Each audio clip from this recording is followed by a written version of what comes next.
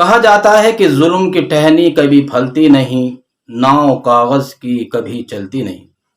جی ہاں میرے دوستو، آج ہم گفتگو کرنے والے ہیں ظلم کے اوپر۔ آپ دیکھ رہے ہیں کہ آج ظلم ہر جگہ پایا جا رہا ہے۔ ہر طاقتور انسان کمزور پر ظلم کر رہا ہے۔ کوئی کمزور قومیں کسی مضبوط اور طاقتور اور مالدار اور اہل سیاست بلند عہدوں پر بیٹھ کر کسی کمزور کمیونٹی اور قوم پر ظلم کر رہی ہے۔ آپ دیکھ رہے ہیں کہیں پڑوسی پر ظلم کر رہا ہے، کہیں بھائی پر ظلم کر رہا ہے، کہیں باپ بیٹے پر، بیٹا باپ پر کر رہا ہے، کہیں دوست پر ظلم کر رہا ہے، یعنی ظلم ہر جگہ ہے۔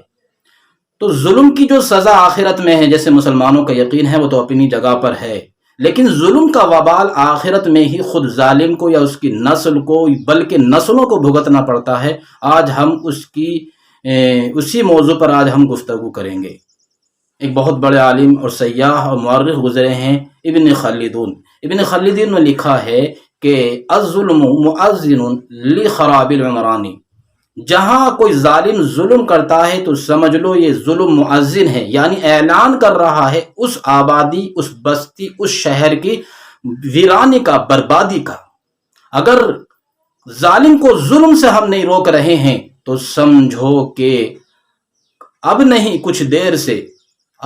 تو کچھ دیر سے وہ آبادی ضرور برباد ہوگی، وہ شہر، وہ بستی پر اللہ کا عذاب ضرور آئے گا۔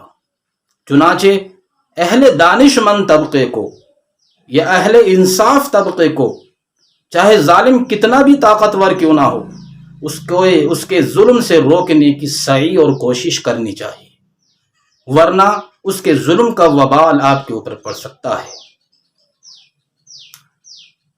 بزرگوں نے لکھا ہے اور موجودہ اسلاف میں سے اور موجودہ بزرگوں میں سے بتایا ہے، لوگوں نے، علماء نے بھی، بزرگان دین نے بھی، بلکہ اہل دانش مند نے اپنی تاریخ میں لکھا ہے، اہل دانش نے لکھا ہے اپنی تاریخ میں کہ ظالم کتنا بھی طاقتور کیوں نہ ہو، اس کے ظلم کا وبال اس پر یا اس کی نسل پر ضرور پڑتا ہے۔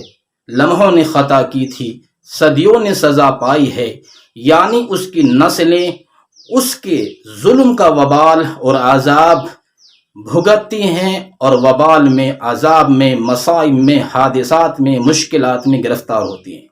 لمحوں نے خطا کی تھی، صدیوں نے سزا پائی ہے۔ جی ہاں، یہ لکھا ہے کہ ضرور چاہے وہ کتنا بھی بڑا طاقتور کیوں نہ ہو، لِكُلِّ ذِي قَوِيٍّ قَوِيٌّ، کتنا بھی بڑا کوئی طاقتور کیوں نہ ہو، اس سے بڑا طاقتور کوئی ہے جو اس کے اوپر اللہ تعالیٰ مسلط کر دے گا، جو اس کو ذلیل و رسوا کرے گا، جو اس کو حقیر کر دے گا، جو اس کو برباد کر دے گا، ہلاک کر دے گا، بلکہ اس کی نسلیں اس کے ظلم کا وبال بھگتتی رہتی ہیں۔ ایک شخص میرے پاس آئے، انہوں نے بتایا کہ یہ جو بیٹا میرے پاس بیٹھا ہے، یہ آپ سے مسئلہ پوچھنے آیا ہے، اور اس نے مجھے بتایا نہیں کہ وہ کیوں آ رہا ہے مدرسے میں، آپ کے پاس یہ فتویٰ پوچھ رہا ہے۔ یہ بتا رہا ہے کہ میرے باپ نے اپنے بھائیوں سے، یعنی میرے چچاؤں کا حق چھین لیا تھا زمین میں، خرد برد کر کے تحصیل میں ان کی پکڑ تھی، جان پہچان تھی، پیسہ تھا، انہوں نے نقلی وصیت نامہ کر کے اپنے والد کا اور ان کو دکھا دیا کہ میرے نام یہ کر دیا ہے۔ وہ بتا رہے تھے کہ مفتی صاحب، میری نظروں میں 8 یا 10 آدمی ایسے ہیں جنہوں نے اپنے بھائی کا یا باپ کا یا بیٹے کا حق مارا، اور آج وہ در بدری کی زندگی گزار رہے ہیں، در کی ٹھوکریں کھا رہے ہیں، اور ذلیل و رسوا ہے، سماج اور معاشرے میں کوئی ان کو عزت نہیں دیتا۔ وہ شخص بتا رہے ہیں وثوق کے ساتھ کہ میرے سامنے یہ معاملہ ہے۔ تو میرے دوستو، کوئی کتنا بھی بڑا ظالم کیوں نہ ہو، اس سے بڑا طاقتور ضرور اس کے اوپر مسلط ہوتا ہے۔